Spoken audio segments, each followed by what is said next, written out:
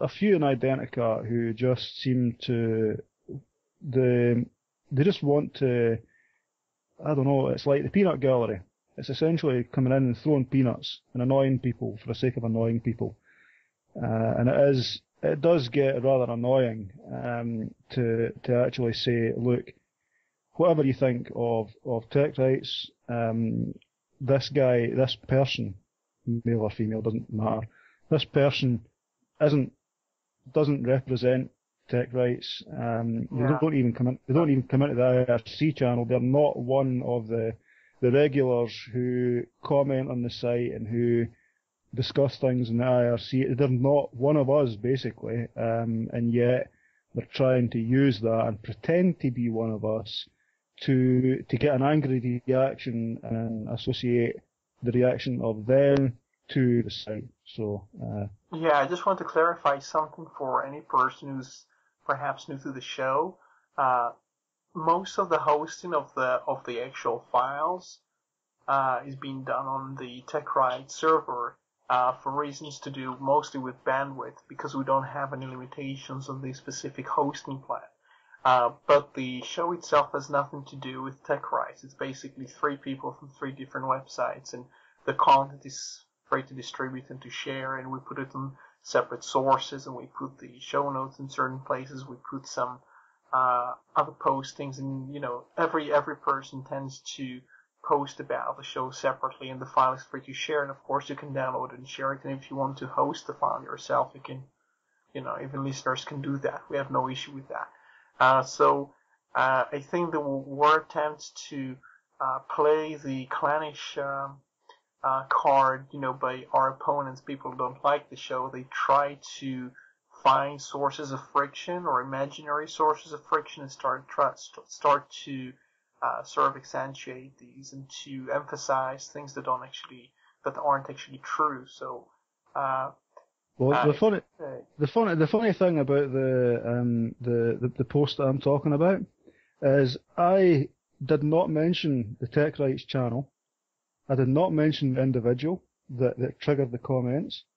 I did not mention any of that, and yet the person who decided to try and throw his weight around and try to continue the attack went to the bother of working out what channel it was, and then trawling through what day's logs that we're talking about. Although, to be fair, I might have said a comment earlier today, so at least it gave him some starting point of looking at today's logs rather than the whole week's sort of thing. But he still had to know to work out what channel it was, and then what individual it was that triggered them. And he went to all the effort to do that. Yeah, it's because some people have read the logs for years, at least the IRC logs we generate, and we do like 0.5 megabyte per day, sometimes almost 1 megabyte per day. And some people really systematically go and they look for dirt, and every week or so, or almost every day, they would find one line or something taken out of context and try to use that as a basically. It's quite pathetic, to be honest, that they spend so much time doing that. But yeah, that is. I mean, when the trolls come in, they always try to paint themselves as a voice of reason and the voice of just logic, and just a normal, sane person would automatically think like this. And my sort of thinking was, what sane person would actually spend, I don't know how long this person takes trawling the logs, but actually to zero in on that one part of that post, and actually trawl through the logs just to find an excuse to continue an attack. And then even after the point where I'd commented and said, actually, my initial comments were a bit harsh, and sort of toning that back a bit, then deciding that he's going to try and stoke it up again. and then he tries to paint himself as the voice of reason and the voice of sane stuff. And sometimes when you mention what they do is they'll say, well, you criticize Microsoft. And I say, well, Microsoft is a big company. They got like 100,000 employees, and they got all these partners around the world. And they say, well, you criticize Microsoft. We can stalk you and attack you as a person. And I say, well, hold on a second. That's very different things. When we look at corporations or companies that do rogue things like attacking companies with lawsuits, with patents and things, and a person who's trying to criticize them, it also takes some discipline, some actually thought. Why would people attack other people who try to confront these issues like software patents? And that's always a kind of an iffy territory. I mean, and then you find out some of these people. In this case, I can probably, without naming the person, I can say the person you speak about used to work for Apple, and he's not a technical person. He's a marketing person who's really not qualified to say anything about technology, as far as I can tell.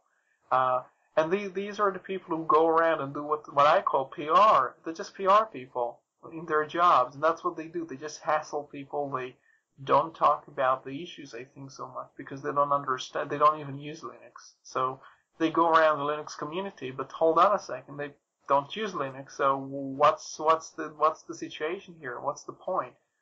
I mean, if I can interject with a little opinion, I think from my observations over the last couple of years, certainly with being the target of some people's attentions, I think we have to be very careful with using terms like troll, and it's a rather generic term that I'm very critical of. When you look at things like we mentioned last episode about being critical of mono. If you don't have a pro-mono opinion, which I don't, then instantly you're labelled a troll because your opinion doesn't seem to fit with the person writing on a website. To be a troll, I know the definition of it, but to go into one of the forums that deal with mono discussions and try to disrupt them intentionally. I think it's a very general dismissive term that's used far too often and far too much out of context as well. I also think when we're talking about the mediums that we're using, IRC, forums, news groups, etc., it's very difficult to gauge people's emotions, to portray feelings, portray sarcasm, irony, and I do think sometimes, not all the time, but sometimes mistakes and misinterpretations can happen. With that being said, there is a line. I think everyone here, all of us, have had people being critical of our opinions or views or reports, and it's great to get into a debate with somebody when you have different views. I know my views differ from Roy's and differ from Gordon's, and I don't think anybody agrees 100% with anybody. But then there's a line, and what I've noticed is certain subjects, like we talked about a few episodes ago, seem to get people crossing that line. I've got no personal problem with people being critical of me, people highlighting what they think's wrong and giving their views. The Mad Hatter, Wayne, very good online friend of mine, I hope he feels the same way. He's been critical of my posts in the past, and we've had a debate going. It's been great, and at the end of the day, we've walked away and shook digital hands, as it were. But then there's a line that some people do cross, where vulgarity and insults and attacks come into play, and I think that's a vastly different set of circumstances than just mere debate and criticism. And I've certainly experienced quite a lot. I mean, what this audio cast and our respective sites, Gordon's, mine and Roy's, we all have very different ideas, we all have very different directions and very different interests. I think that's fair to say, and I wouldn't say there's a collective opinion shared by all of us, because we all have our little different nuances and facets to that opinion. So unlike some audio casts which focus on one particular distribution, we certainly don't do that. I think we all use different distros, and I think any of us use the same one. So we have more of a broad spectrum of ideas and opinions. But there is a line that is drawn, and there are people that cross it. But there are certainly people, from my observations, like Roy was saying, I think Gordon mentioned it as well, that spend a lot of time examining in very close detail the actions of people who have different opinions to, I don't want to say the norm, but to the mainstream, shall we say, for want of a better word. And it's these people that I ask myself, why are they doing this? Just like Gordon, why would somebody want to sit and read logs to highlight one sentence from 8 hours ago on a Saturday night? And it baffles me as to the reason why. Sorry, Gordon. Yeah, a few things that were building up when you were talking there. The first one is about context. I mean, when it's just text, as you say, it is hard to see whether it's a joke or something. And I have got a very left field sense of humour. I'll throw in all sorts of subjects changes, and sometimes it's not really, people don't read it as humour. I mean, I'm sort of giggling when I'm typing it, and it's not meant to be offensive, but some people might take it that way. So I've had a few sort of blowbacks from jokes and gags that just people don't see the fun side of it. That's one thing.